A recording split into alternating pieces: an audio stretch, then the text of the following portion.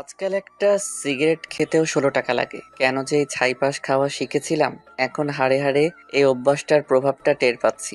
সারাদিনে ৪টা বিড়ি খেতেও ৬৫ টাকা লাগে। বাসার ছাদে এসে রোজ বিকেলবেলা আমি একটা করে সিগারেট খাই। কেন জানি ইদানিং আমার এমন মনে হয় আমাদের পাশের বাসার জানালা থেকে আমাকে কেউ ফলো করে। সামনাসামনি আমি কোনোদিন দেখিনি, কিন্তু আমি সবসময় বুঝতে পারি পাশের ফ্ল্যাটের জানালা থেকে আমাকে কেউ ফলো করে। কিন্তু আমার এসবে কিছু যায় আসে না। মানুষের যখন খুব কাছের কিছু হারিয়ে যায়, তখন আর দূরের ছোটখাটো বিষয়গুলো মানুষের চোখে পড়ে না। মীরা আবার জীবন থেকে চলে যাওয়ার পর আমার একমাত্র কাছের সঙ্গী হলো এই সিগারেট। কেন জানি খুব আপন মনে হয় এই সিগারেটকে। আজকে খুব বৃষ্টি হচ্ছে, মীরার কথা মনে হচ্ছে খুব। কোনো একদিন হুট করে এমন এক বৃষ্টি মিশ্রিত সকালে মিমের সাথে পরিচয় হয়। কলেজে গিয়েছিলাম ওই দিন আমি খুব সকাল সকাল। হঠাৎ করে আমার বান্ধবীর সাথে একটা নতুন মেয়ে আসলো। ক্লাসে পরিচয় পর্বের শেষে জানতে পারলাম ওর নাম মীরা। আমাদের ক্লাসে নতুন ভর্তি হয়েছে ট্রান্সফার হয়ে। তখন আয়েশা বলল, মীরা শোন, রবিউল কিন্তু আমাদের ক্লাসের টপার। এই কথা শুনে মীরা আমার দিকে অদ্ভুতভাবে তাকালো। আমি সেই তাকানোর মানেটা বুঝতে পারলাম না। অল্প কিছুদিনের মাঝে আমাদের খুব ভালো বন্ধুত্ব হয়ে গেল। এমন একটা অবস্থা, মীরা আমাকে ছাড়া কিছুই বোঝে না। মীরা আসার আগে আমি কখনোই কলেজ মিস দিতাম না, কিন্তু এখন মাঝে মাঝে কলেজ মীরাকে নিয়ে ফুচকা খেতে যেতে হয়। একদিন হুট করে মীরা আমাকে প্রপোজ করে ফেলে। আমিও বেশি না ভেবে রাজি হয়ে যাই। খুব ভালোই চলছিল আমাদের রিলেশন, কিন্তু সময় যতই গড়াতে লাগলো মীরা আধুনিক হওয়ার স্বভাব বেড়েই যাচ্ছিল। মীরা যে সমস্ত পোশাক পরতো আমার একদম পছন্দ না। এটা নিয়ে মাঝে মাঝেই ঝগড়া হতো। একটু ঝগড়া হলেই মীরা আমার সাথে আর যোগাযোগ করতো না। আমি আগে কল দিয়ে সবসময় সরি বলতাম। মীরার সাথে কথা হতো ফেসবুকে রিলেশনের শুরুতে। মীরার ফেসবুকের পাসওয়ার্ড আমার কাছে ছিল। আমাদের কলেজে একটা নতুন ছেলে ভর্তি হয়। ছেলেটার নাম সাগর। ছেলেটা কলেজে আসতো দামি বাইক নিয়ে। ছেলেটার সাথে মেয়েরা গায়ে পড়ে কথা বলা শুরু করে, এবং মীরাও ব্যতিক্রম কিছু করলো না। ইদানিং মীরা আমার সাথে কলেজে একদম কথা বলে না। একদিন মীরা বলল, শোনো, আমি চাই না কলেজের সবাই আমাদের রিলেশনের বিষয়ে জানুক। তাই এখন থেকে আমি কলেজে তোমার সাথে দূরেই থাকতে চাই। আর তুমিও আমাকে এখন থেকে কলেজের ভেতরে ডাকাডাকি করবে না। আমি মীরার প্রতি খুব দুর্বল ছিলাম। প্রথম প্রেম তো একটু বেশি কাজ করতে হবে। আমিও কলেজ টাইমে মিমকে কিছু বলতাম না। একদিন আমি একটু আগেই কলেজে গিয়েছিলাম।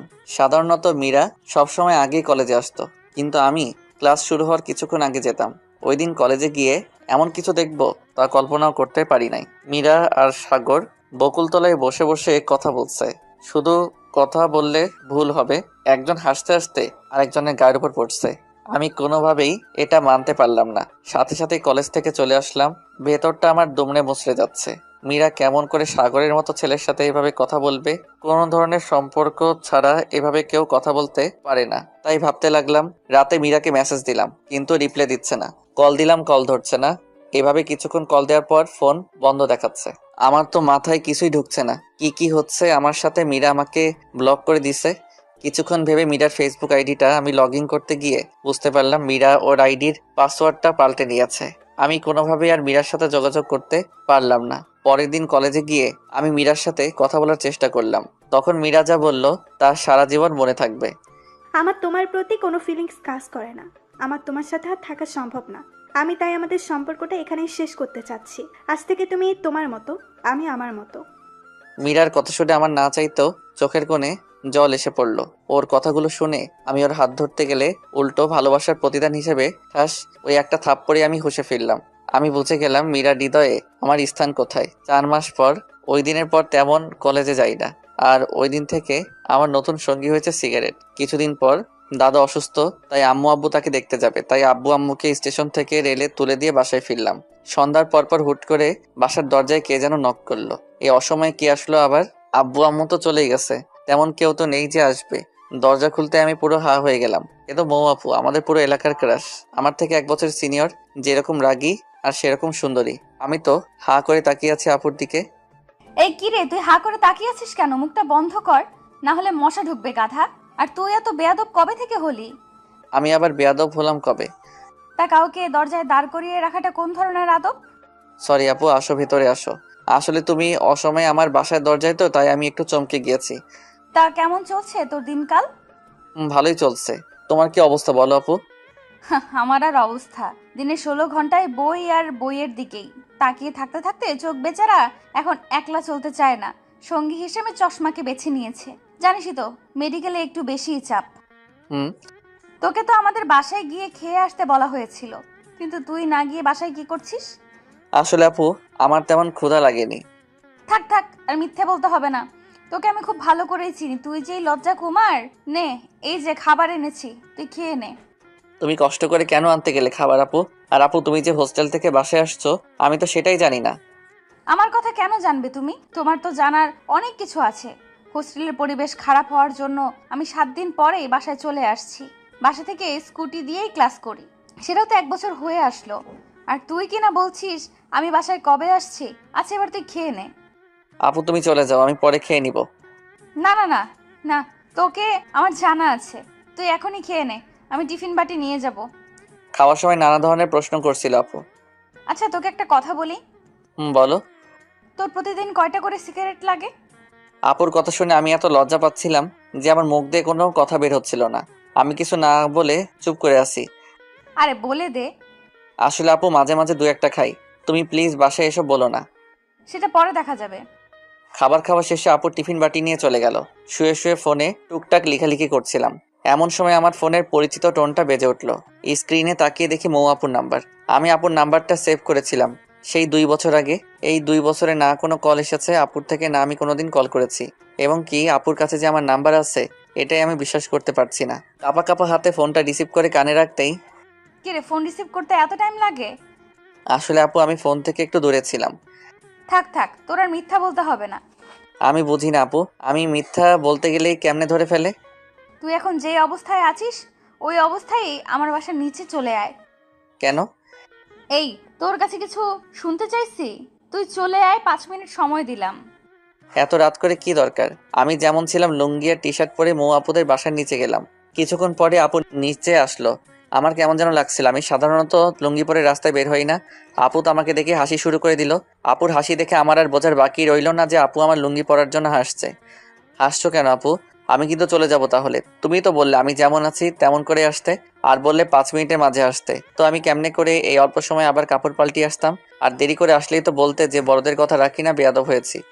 ওরে রে, থাক বাবু, তুমি আর রাগ কইরো না। আপু, আমাকে একদম বাবু বলবা না, আমি এখন ছোট না। থাক থাক, আর বলবো না বাবু। আপু, এখন কিন্তু আমি চলে যাব।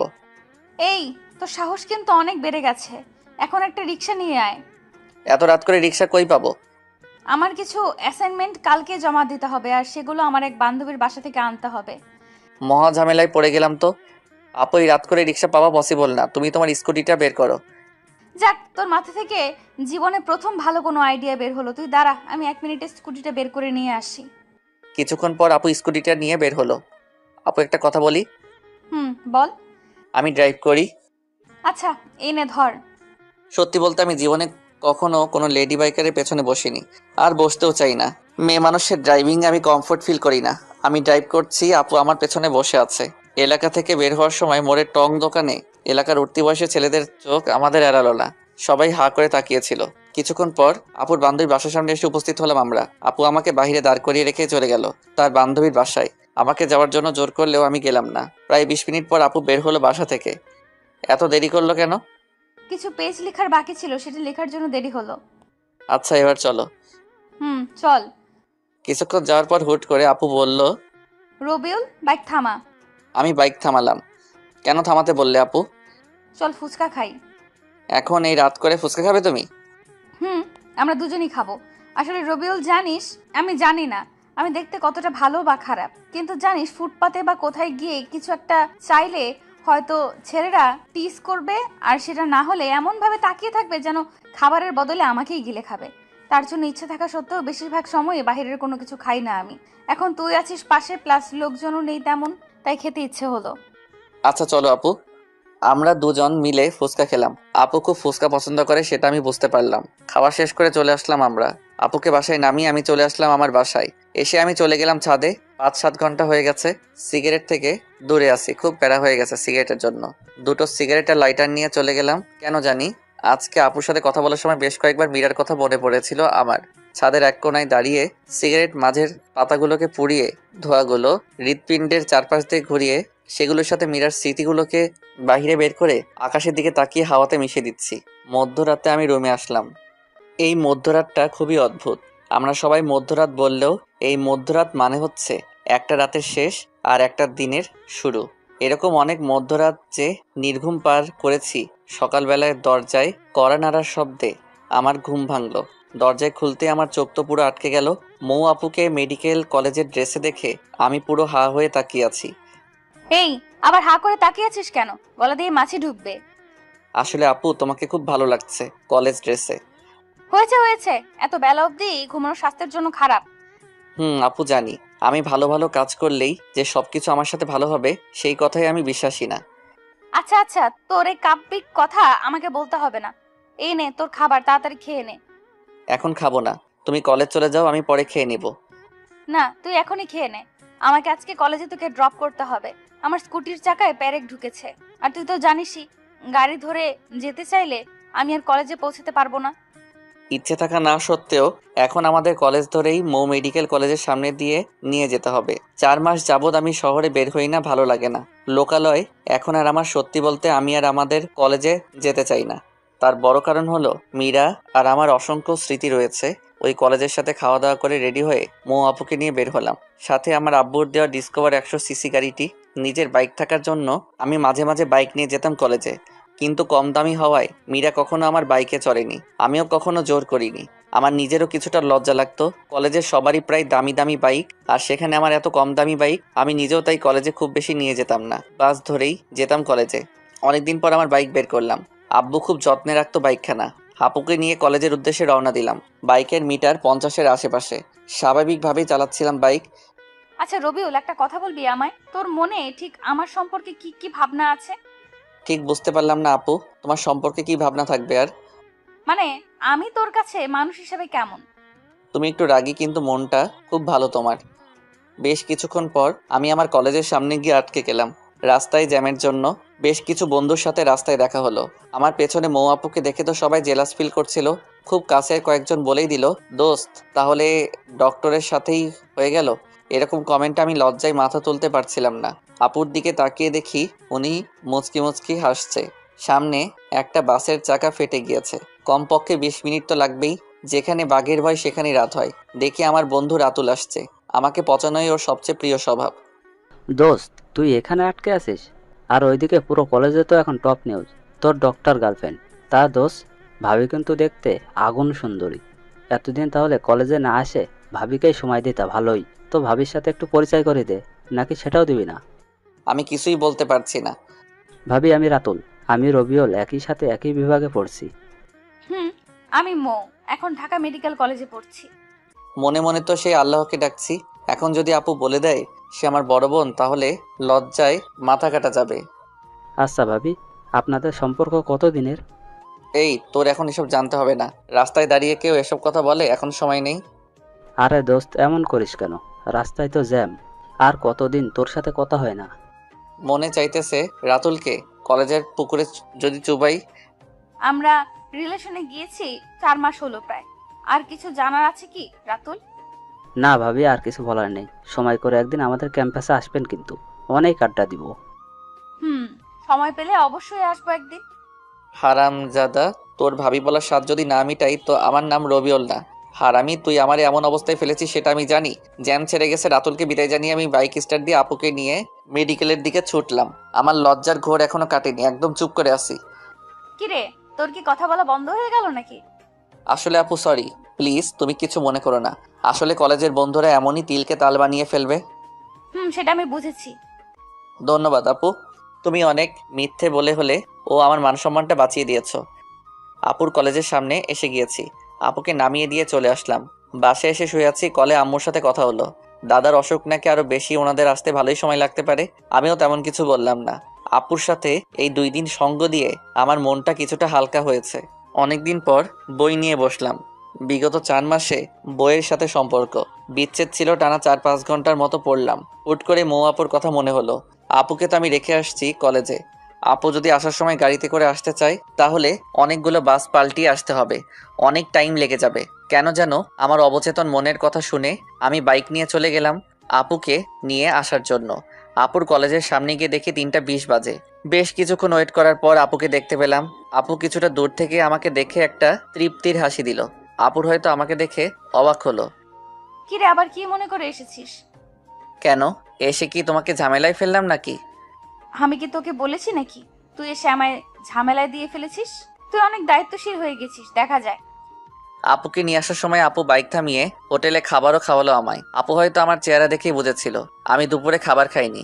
যদিও আমি বাহিরের খাবার খুব একটা খাই না, কিন্তু আপুর জোরাজোরিতে তবুও খেতে হলো। আপুকে বাসার সামনে নামিয়ে দিয়ে আমি চলে আসলাম বাসায়। সারা দিনটা ভালোই কাটলো, অনেকদিন পর একটা সম্পূর্ণ দিন ভালো কাটলো। সন্ধ্যার পরপরই পড়তে বসলাম। রাত 9টার দিকে কলিং বেলের শব্দ। ক্রিং ক্রিং। আপু আসছে।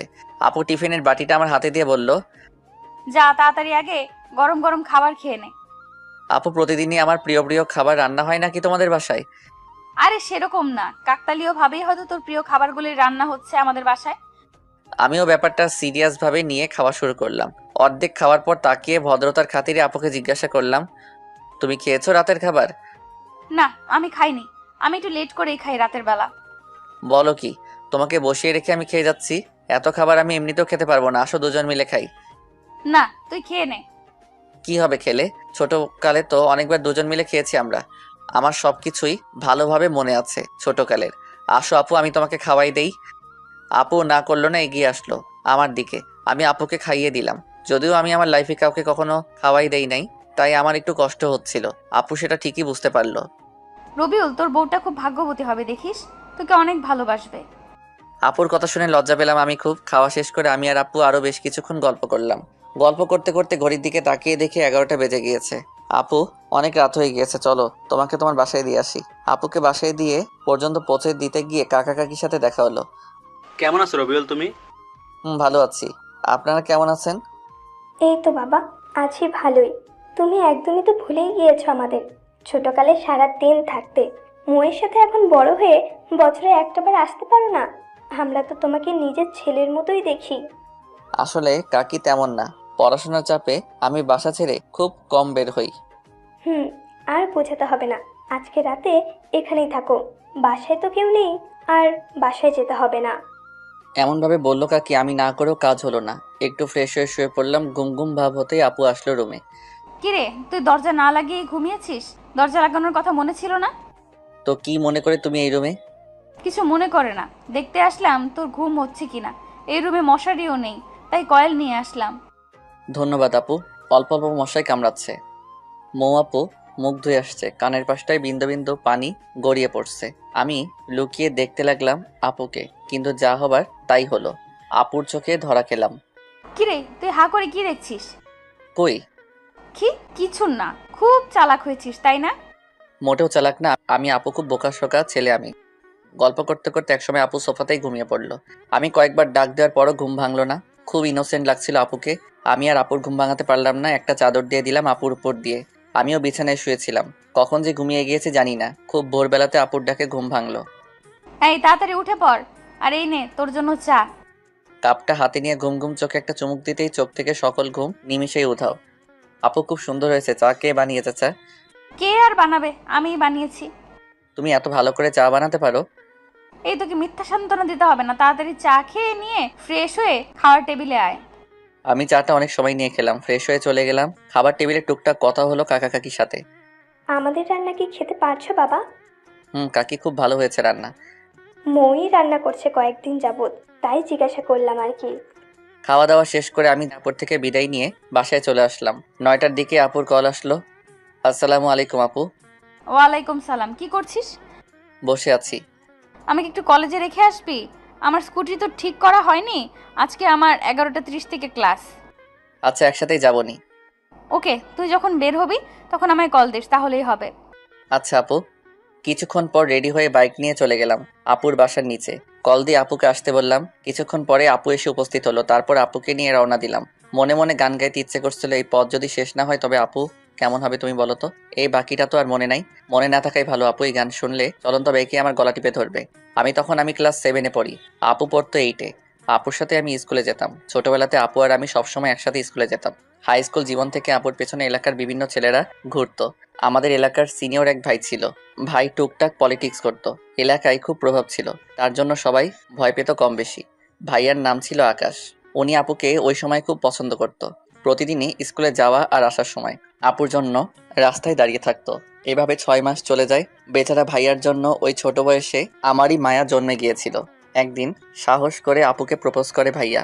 আপু সরাসরি কোনো ভনিতা না করে জানিয়ে দেয় আপু কোনো রিলেশনশিপে যেতে পারবে না, কিন্তু ভাইয়া তবুও হাল না ছেড়ে আপুকে ফলো করতো।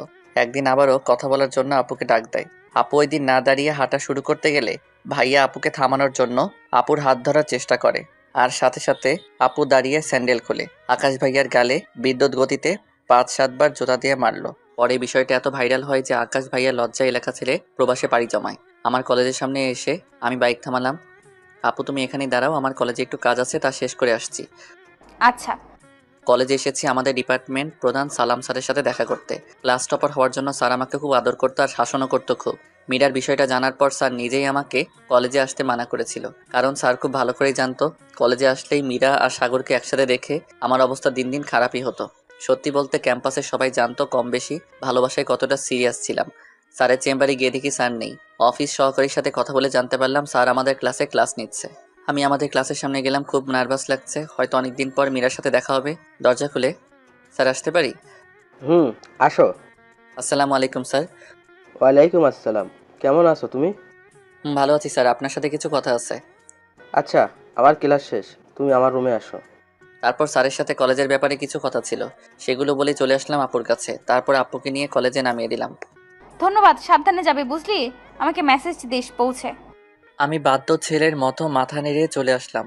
বাসায় এসে আপুকে একটা কল দিয়ে জানিয়ে দিলাম আপুর সাথে কথা বলে কেমন যেন একটা শান্তি পাই।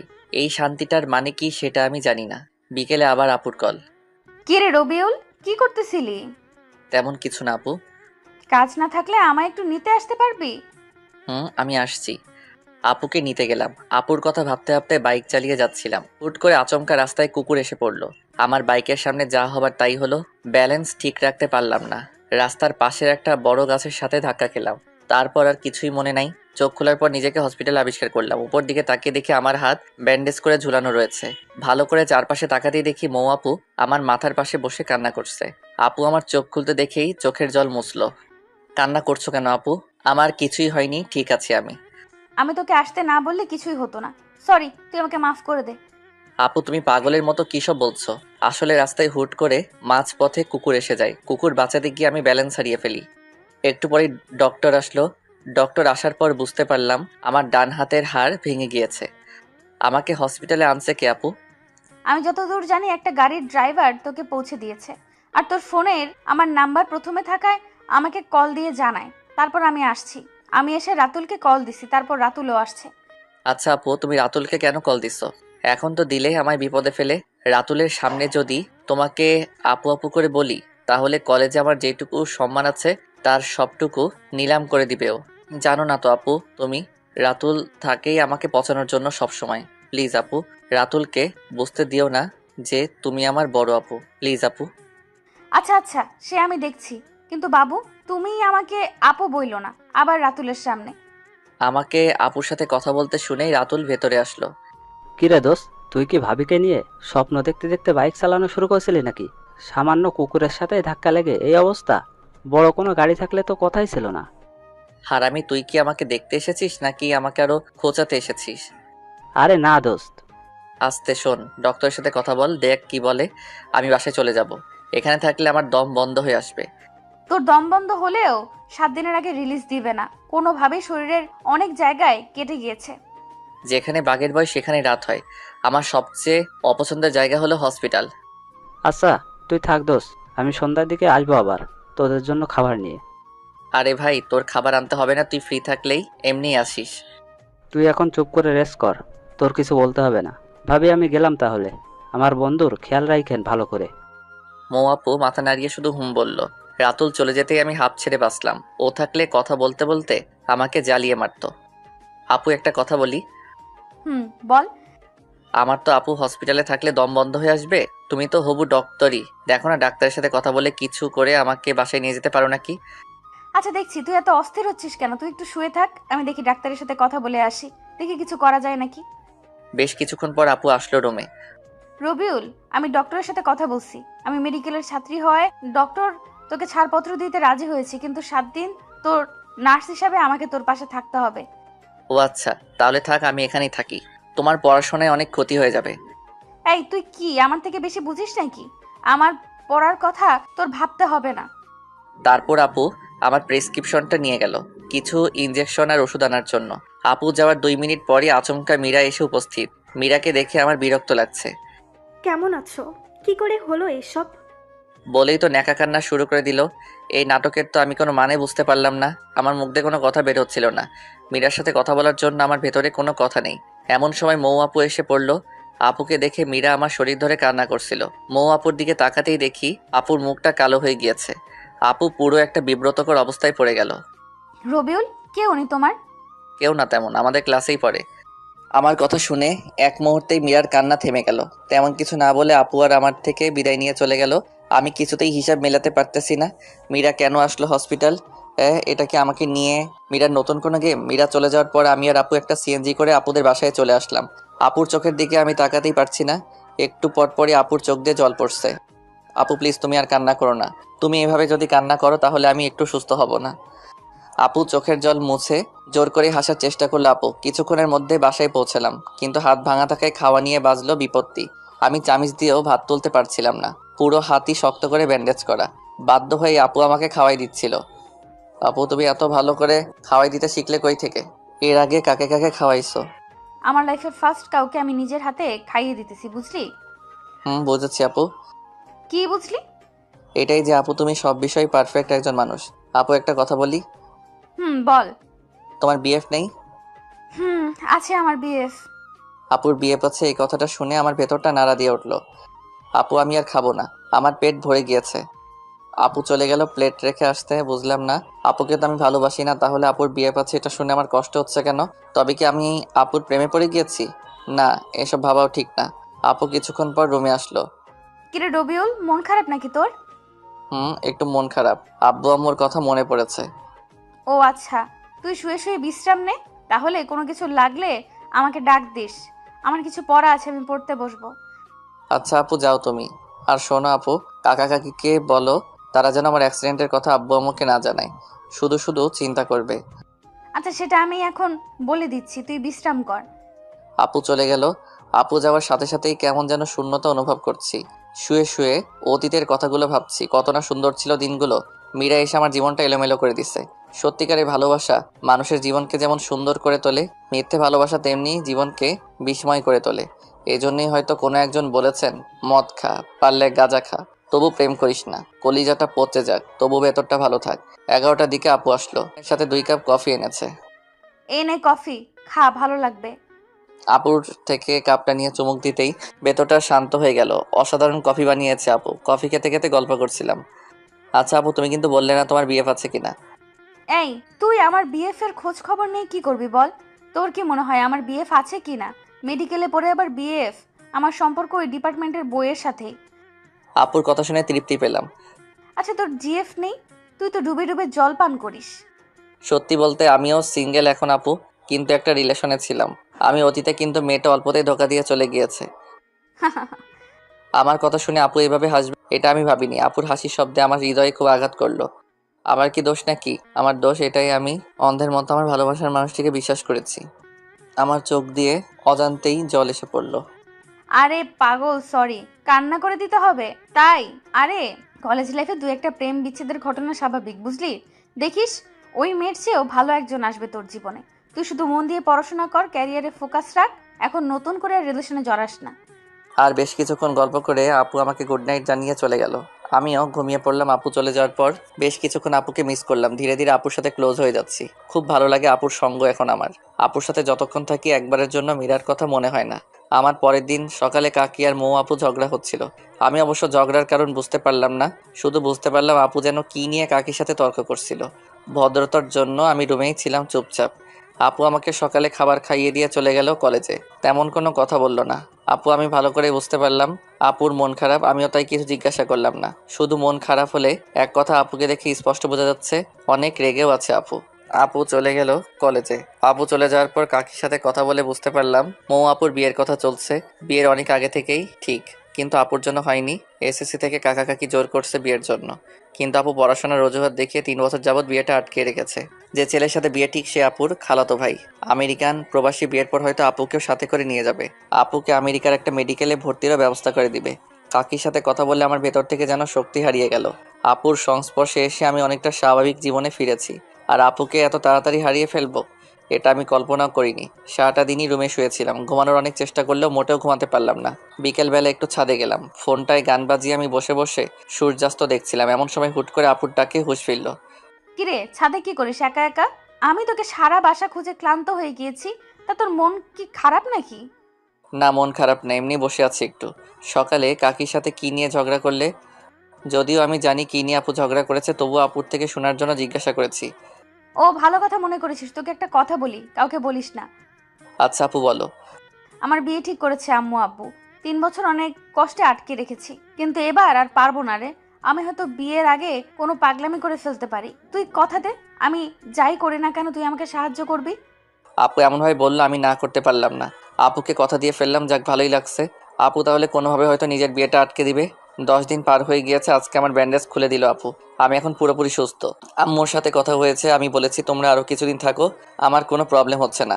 আপুদের বাসা থেকে আমার বাসায় চলে আসছি। ভালোভাবেই চলছিল দিন। টুকটাক খোঁজ খবর আপুই নেয় আমার, আর খাবার তো আপুই দিয়ে যায়। এর মধ্যে একদিন রাত 2টায় আপুর কল। আমি একটু ভয় নিয়ে রিসিভ করলাম। এত রাতে আপু কি মনে করে কল দিল? এই তোকে কয়বার কল দিছি দেখ হারামি, 22বার কল দিছি এইবার নিয়ে। সরি আপু, আমি ঘুমেছিলাম। আচ্ছা আচ্ছা, কি হয়েছে আপু বলো। কিছু হয়নি, দরজা খোল তাড়াতাড়ি। এই দরজা খুলতে বলছি, তোকে খুলবি নাকি মার খাবি? আমি কিছুটা অবাক হয়ে দরজা খুললাম। খুলেই তো কারেন্টের শক খেলাম। আপু একটা ব্যাগ নিয়ে দাঁড়িয়ে আছে, ভেতরে ঢুকে আমাকে যা বললো তা শোনার জন্য আমি মোটেও প্রস্তুত ছিলাম না। এই তাড়াতাড়ি তোর কিছু প্রয়োজনীয় কাপড় গুছিয়ে নে, আমি বাসা থেকে পালিয়েছি। আমার মাথায় কোনো কিছুই কাজ করছিল না। কি হলো, কথা কানে যায় নাই? আপুর থাপ্পড়কে হুঁশে ফিরলাম, ব্যাগ গুছিয়ে নিয়ে বাসা তালা দিয়ে বের হলাম। এখন আমি আর আপু রেডি স্টেশনে দাঁড়িয়ে আছি। আমি এখনো জানি না আপু কই যাবে। চারদিকে শুনশান নীরবতা, দেখে বোঝার উপায় নেই এই স্টেশনগুলো দিনের বেলায় কতটা ব্যস্ত হয়ে পড়ে। স্টেশনে যদি কোনো মানুষ হতো তাহলে এখনকার পরিস্থিতি হতো ঠিক কমায় যাওয়া একজন রোগী। কিছু মানুষ স্টেশনে রাত্রি যাপন করে, যাদের থাকার মতো আশ্রয় নেই। কতই না অদ্ভুত রহস্যময় আমাদের এই পৃথিবী। অনেক ঘর ফাঁকা আছে আমাদের দেশে, যেখানে ঘুমানোর কেউ নেই, আর এখানে ঘুমানোর মানুষ আছে কিন্তু ঘর নেই।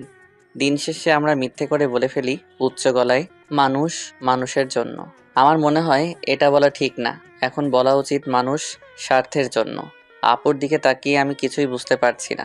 এরকম পরিস্থিতিতে এত চুপ করে আছে কেমন করে? আপুর ডাকে কিছুটা হকচকিয়ে গেলাম। রবিউল, বলো আপু। এই শোন, সবার আগে তুই আমাকে এই আপু বলাটা অফ করে রাখ। যেভাবে আপু আপু করিস মানুষের সামনে না আবার বিপদে ফেলে দেস। আপুর কথার আগামাথা কিছুই বুঝলাম না। আপু বললে আবার কিসের বিপদ হবে?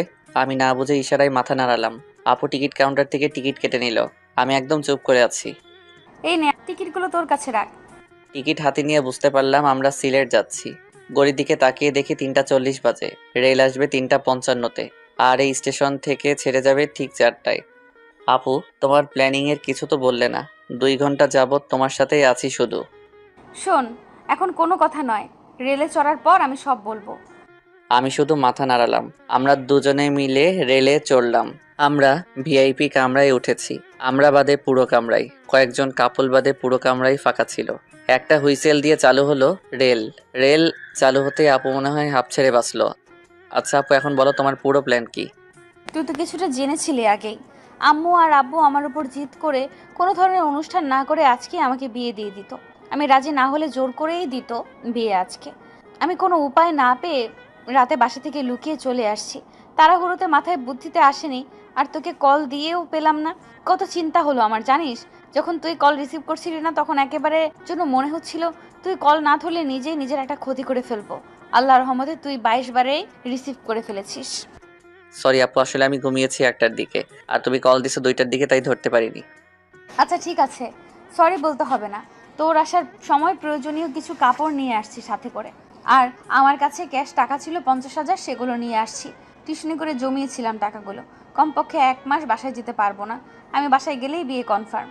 আমি যতদূর জানি ভাইয়ার ছুটি 1 মাসের মতো। ভাইয়া চলে যাওয়ার পরেই আমি বাসায় যাব। এই 1 মাস আমরা সিলেট থাকবো। এখন তোর কোনো আইডিয়া বা পরামর্শ থাকলে আমায় দে।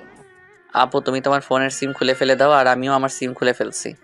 সিম খুলে ফেললাম কেন আমরা? আসলে আপু তুমি তো জানোই তোমার আব্বু কত প্রভাবশালী লোক। হয়তো কাল থেকেই পুলিশের মাধ্যমে তোমাকে খোঁজা শুরু করবে। তখন এই সিম থাকলে আমরা খুব সহজেই ধরা খেয়ে যাব। তুই আসলে একটা জিনিয়াস।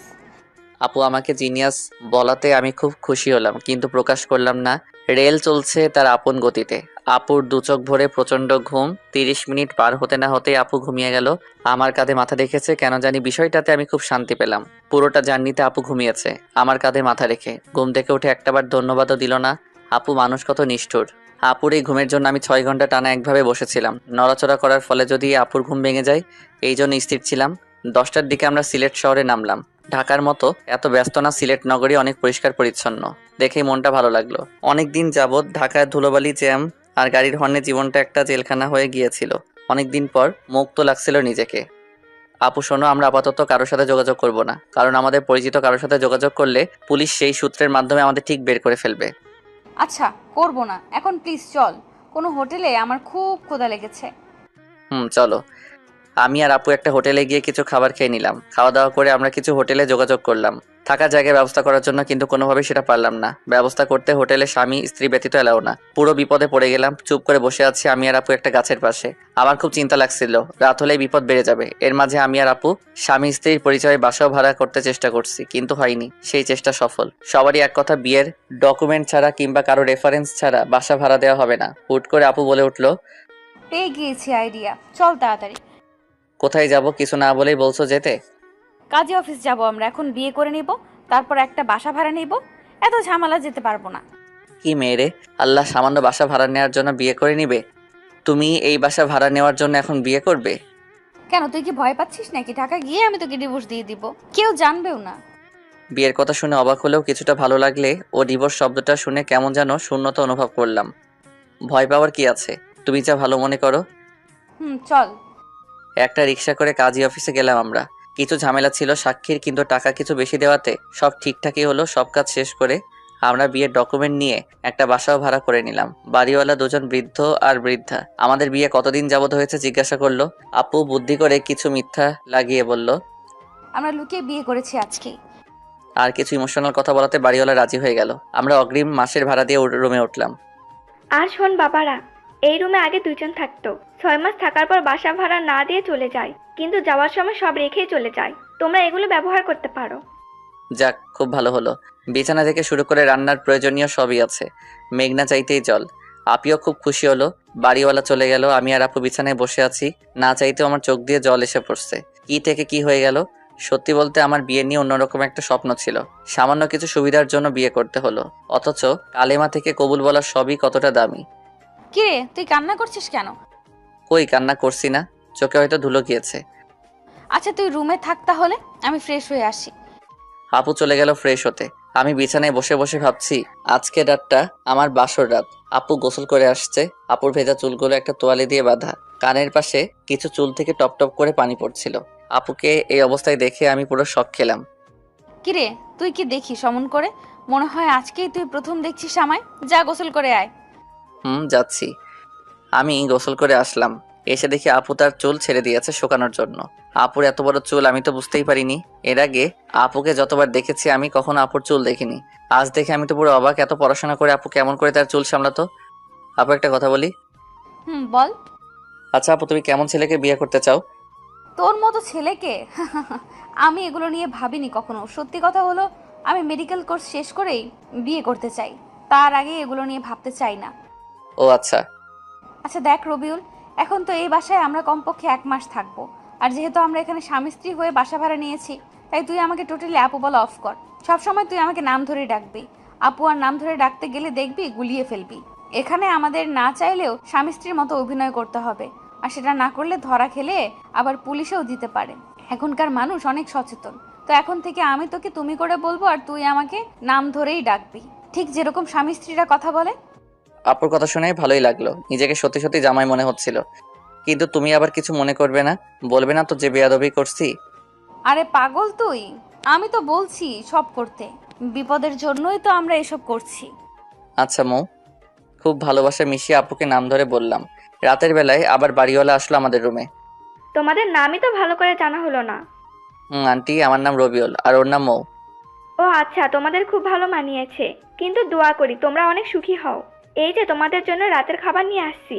এখন তো আর কিছু রান্না করতে পারবে না, আর হোটেলও বাসা থেকে অনেক দূরে। তোমরা দুজন মিলে খাবার খেয়ে নিও। আমি আসি তাহলে। আচ্ছা আন্টি, যাক ভালোই হলো, খুব ক্ষুধা লেগেছিল আমার। আচ্ছা মৌ, চলো আমরা খেয়ে নিই তাহলে। তোমাকে কি খাইয়ে দিতে হবে? আপু আমার দিকে খুব অবাক হয়ে তাকালো। তুই এমন করে কথা বলিস কেন? কেমন করে বলি? এমন ভাবে বলছিস যেন আমরা সত্যি সত্যি স্বামী স্ত্রী। থাক থাক, কথায় আসে তো।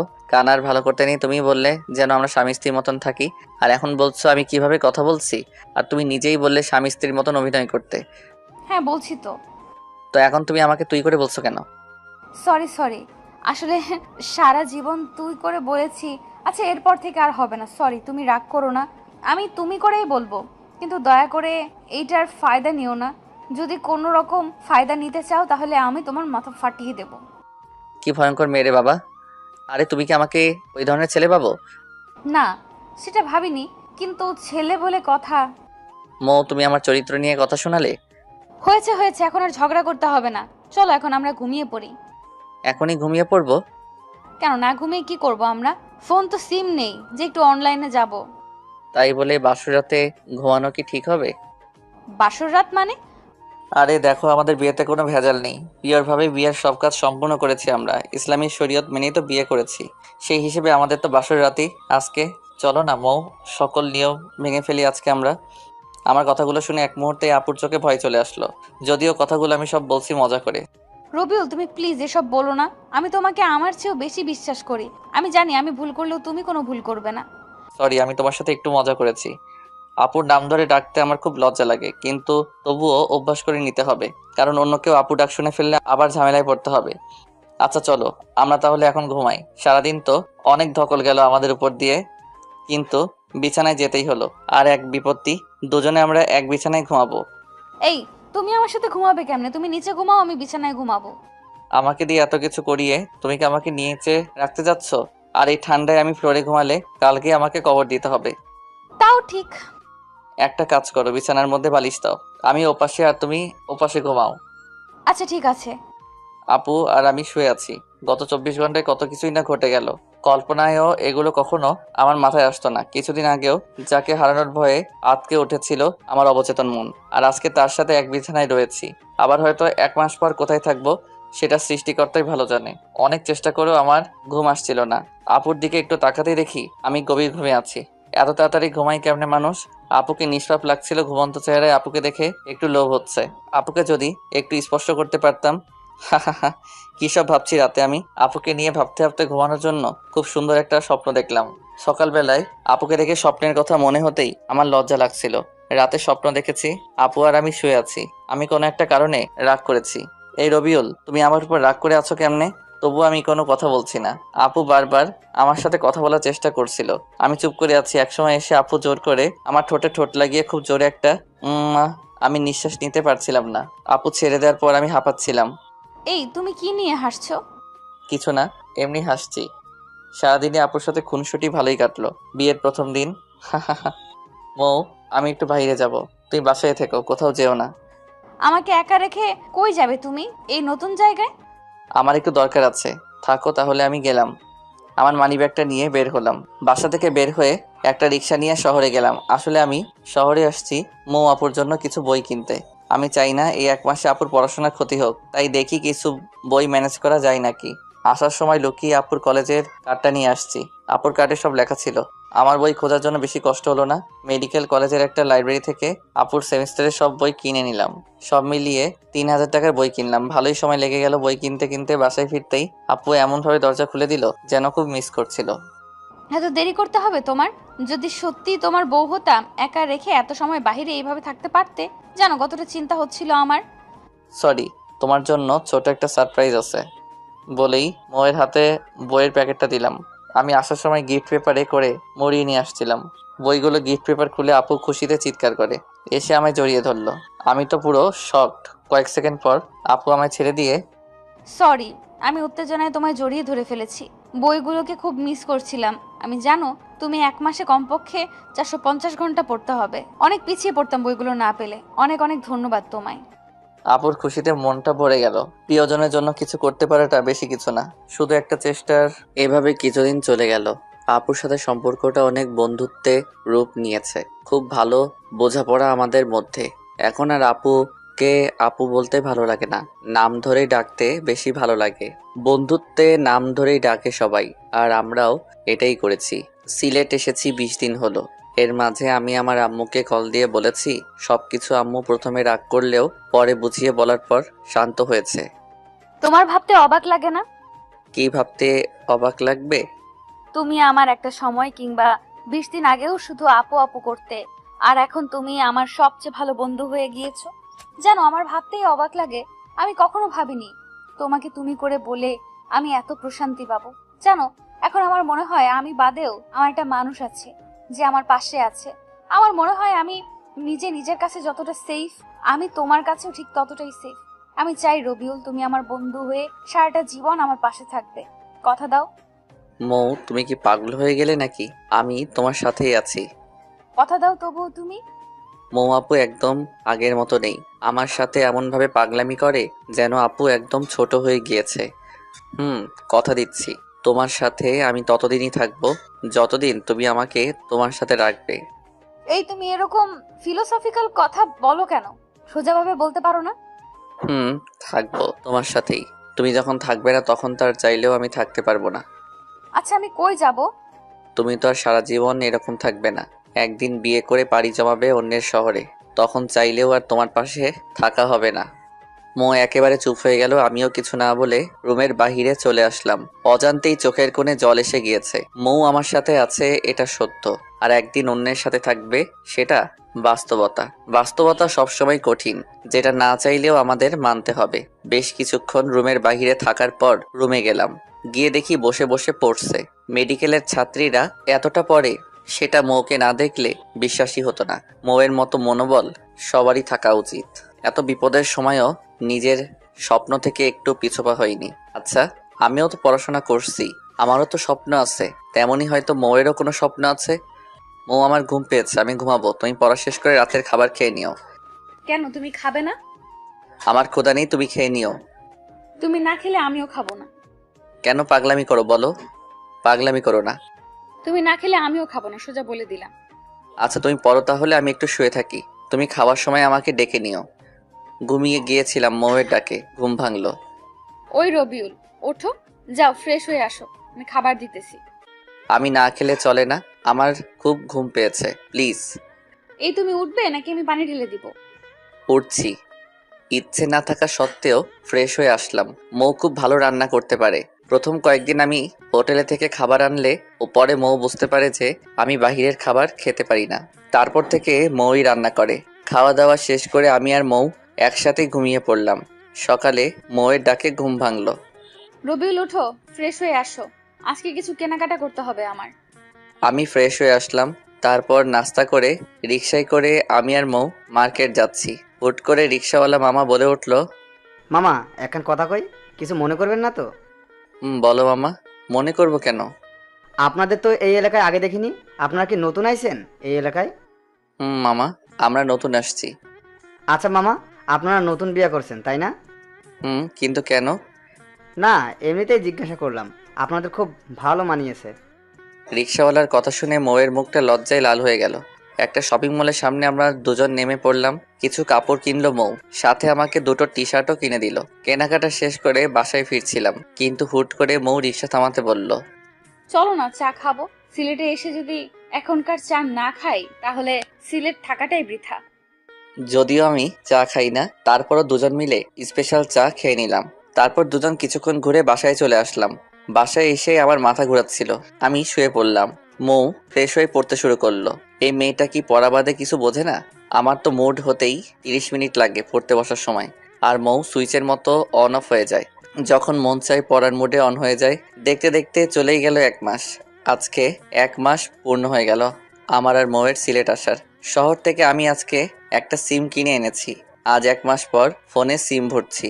ফোন কাস্টমাইজ করে ডাটা অন করে ফেসবুকে লগ ইন করলাম। আম্মুকে কল দিলাম।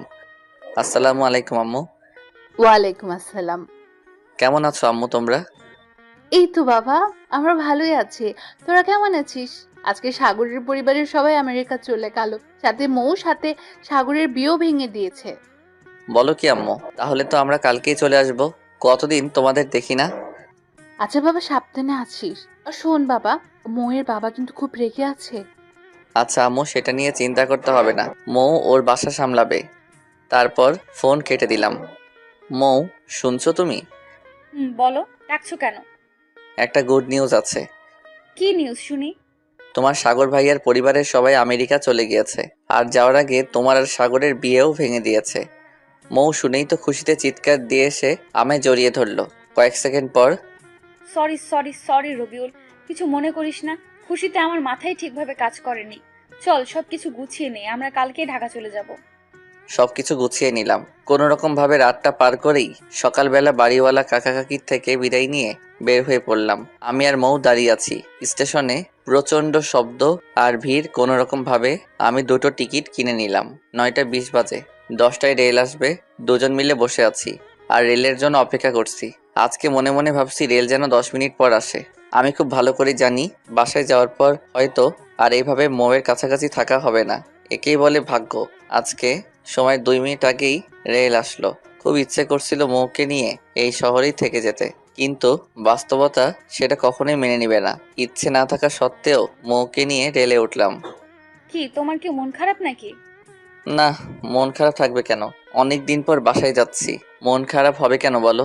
কিন্তু 1 মাস এই জায়গাটার মায়ায় পড়ে গিয়েছিলাম, তাই একটু মিস করছি। আমিও মিস করছি। আচ্ছা মৌ, তোমার কি মনে হয় বাসা থেকে কি রিয়াক্ট করতে পারে? আমাকে কি কিছু বললে কাকা কাকি? আমি খুব ভালো করেই জানি, যাই হয়ে যাক না কেন তোমার একটা কথাও শোনাবে না তোমাকে, কারণ এখানে তোমার কোনো দোষ নেই। আমি প্রাপ্তবয়স্ী হয়ে আমার নিজের ইচ্ছেতেই আমি তোমার সাথে বাসা ছেড়েছিলাম। কথায় আছে না, অল্প শোকে কাতর, অধিক শোকে পাথর। ঠিক বলছো। আজকে আর মৌ ঘুমালো না। হয়তো বাবা মাকে দেখার জন্য মনটা অস্থির হয়ে গিয়েছে। মৌকে আমি আস্তে আস্তে খুব বেশি মিস করছি। আর কয়েক ঘন্টা পর মৌ হয়তো আর এতটা কাছে থাকবে না। রেল ঢাকার স্টেশনে থেমে গিয়েছে। চলো, আমরা এসে গিয়েছি। চলো। রেল থেকে নামলাম। এখান থেকে আমরা আপাতত আলাদা হয়ে যাই। আমি কিছুটা মন খারাপ করে বললাম, আচ্ছা ঠিক আছে। আমি স্টেশনে দাঁড়িয়ে আছি। মৌ একটা রিক্সা নিয়ে চলে যাচ্ছে। মৌ চলে যাচ্ছে, কিন্তু কেন যেন মনে হচ্ছে আমার সবকিছুই নিয়ে যাচ্ছে। চোখের কোণে জল এসে পড়ছে। হাতের উল্টো পিঠ দিয়ে জল মুছে একটা বড় করে দীর্ঘশ্বাস নিলাম। ছেলেদের কান্না করতে নেই, এগুলোর কোনো মূল্য নেই। আমি অনেকক্ষণ পর রিক্সা নিয়ে বাসার উদ্দেশ্যে রওনা দিলাম। বাসায় আসতে আম্মু এসে আমাকে জড়িয়ে ধরে কান্না করে দিল। তুই কেমনে আমাদের ছেড়ে এতদিন ছিলি জানিস? আমি আর তোর বাবা কত চিন্তা করেছি। আমি আমার ভুলটা বুঝতে পারলাম। প্রত্যেকটা সন্তান তার বাবা মায়ের কাছে কতটা প্রিয় সেটা হয়তোবা আমরা বাবা কিংবা মা না হওয়া অব্দি বুঝতে পারবো না। অনেকদিন পর বাবা মার সাথে রাতের খাবার খেলাম। পৃথিবীতে যত রান্নাই হোক না কেন, মায়ের হাতের রান্নার উপরে কিছুই নেই। খুব তৃপ্তি নিয়ে খেলাম। খাওয়া দাওয়া করে রুমে চলে আসলাম। মনে মনে মৌয়ের উপর খুব রাগ লাগছে। মেয়েটা কতটা স্বার্থপর, একটা কলও দিল না। আর আমি কিনা এই মেয়েটার জন্য 1 মাস বাসা ছেড়ে দিলাম। খুব রাগ লাগছিল ময়ের উপর। আমি রুমে শুয়েছিলাম। একটু পরেই বাসায় কথার শব্দ শুনতে পেলাম। কোনো আত্মীয় আসছে হয়তোবা, কিন্তু সেদিকে আমার কোনো মাথা ব্যথা নেই। একটু পরে আমাকে আম্মু এসে ডাক দিল। আমি গিয়ে দেখি ময়ের আব্বু আম্মু আসছে। আচ্ছা বাবা রবিউল, তুমি অন্তত একবার বলতে পারতে নাকি? আমরা তো তোমাদের বাবা মায়ের মতোই। আমি তো কাকার কথার কিছুই বুঝতে পারছি না। কি বলছেন কাকা? আমি কিছুই বুঝতে পারছি না। হয়েছে বাবা, যা হওয়ার তো হয়েই গিয়েছে। এখন আর ওইসব নিয়ে কথা বলে কিচ্ছু যাবে আসবে না। তো বিআই সাহেব বলেন, কবে বিয়ের ডেট দিবেন? আমরা কিন্তু একটুও দেরি করতে চাচ্ছি না। আর রবিউলের সাথে বিয়ে হলেও অনেক ভালো হবে। সারা জীবন আমাদের সাথেই কাছেই থাকতে পারবে। আচ্ছা বিআই, তাহলে দেরি করতে হবে না। আর আগামী শুক্রবারই বিয়ের তারিখ, তাহলে ঠিক রইলো। আচ্ছা বিআই সাহেব, আমরা তাহলে এখন উঠি। উঠবেন মানে মিষ্টি মুখ না করে কোথাও যেতে পারবেন না। কই গো রবিউলের আম্মু, দাও বিআইনকে মিষ্টি দাও। মৌয়ের বাবা মা চলে গেল। কিছুই বুঝতে পারছি না কি হচ্ছে এসব। 10 মিনিট পরেই মৌ আমাকে কল দিল। সরি, আমি তোকে আর কল দিয়ে কিছুই বলতে পারিনি। বলবো কেমন করে বল? বাসায় এসে দেখি আব্বু আম্মু আবার নতুন করে তোর সাথে বিয়ে নিয়ে কথা বলছে। আমি না করতেও বাজারে চলে গিয়েছে, বাজার থেকে মিষ্টি কিনে নিয়ে এসেছে। তোমাদের বাসায় নাকি যাবে বিয়ে নিয়ে কথা বলার জন্য। কাকা কাকি আসছিল, আমাকে কিছু বলার সুযোগই দিল না। বিয়ের তারিখ ঠিক করে চলে গেল। বলো কি তুমি? তোমার বাবা মা রাজি হয়ে গিয়েছে, তুমি কিছু বলো নাই কেন? আমি আর কি বলবো, আমার কাছে কেউ তো কিছুই শুনলই না। আচ্ছা, তুমি একটু কাল আমার সাথে দেখা করতে পারবে? পারবো। কোথায়, কখন? বিকেলে 4টায় লেক পারে চলে এসো। মৌ কলটা রেখে দিতেই আমি তো লুঙ্গি ড্যান্স দেওয়া শুরু করে দিলাম। মেঘনা চাইতেই বৃষ্টি। এখন মৌ যত যাই করুক, আমি কোনোভাবে ওর বিয়ে ভাঙতে পারবো না।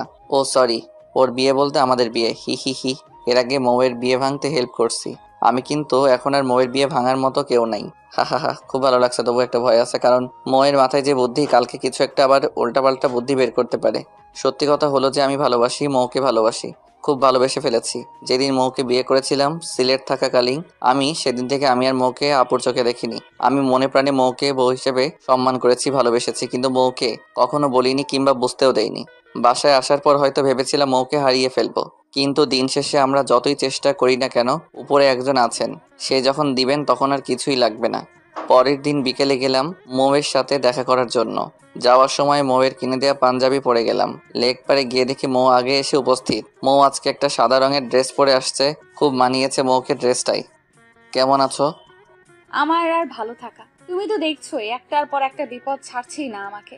এখন একটা ভালো আইডিয়া দাও তুমি, তাহলে কি করব আমি এখন? একটা কথা বলি তোমাকে, তুমি যদি রাগ না করো।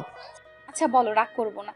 না, কথা দাও রাগ করবে না, আর সাথে যা বলার তুমি আমার কথা পুরোটা শোনার পর বলবে। বল।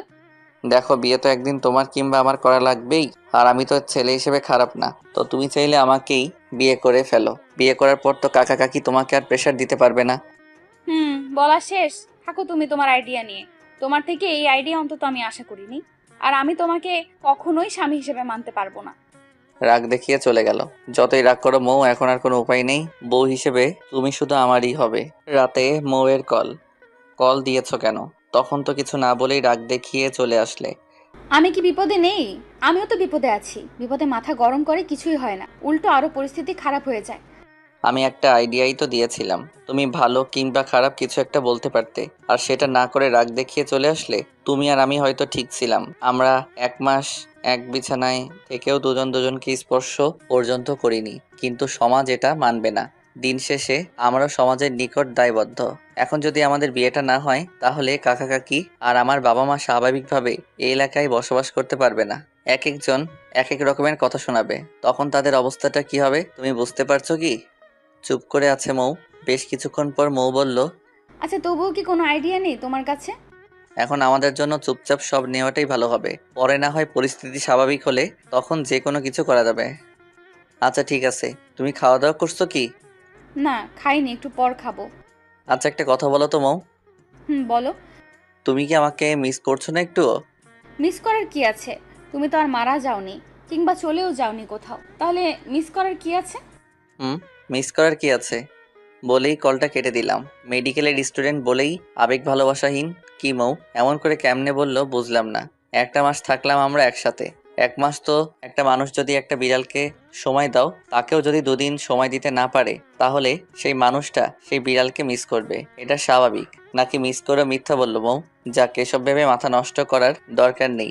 রাতুলকে একটা কল দিলাম। দোস্ত, কেমন আছিস? এই তো ভালোই আছি। তুই কি এই ঘরে আছিস? আমি তো শুনলাম তুই মঙ্গল গ্রহে চলে গেছিস। শোন, মজা নেওয়া বাদ দে, এখন কাজের কথাই আয়। বল। একটা সুখবর আছে। সুখবর? কি সুখবর? আগামী শুক্রবার আমার আর মৌয়ের বিয়ে। কি বলিস মামা, তুই যে খবর শোনালি, আমার তো এখনই নাচতে মন চাচ্ছে।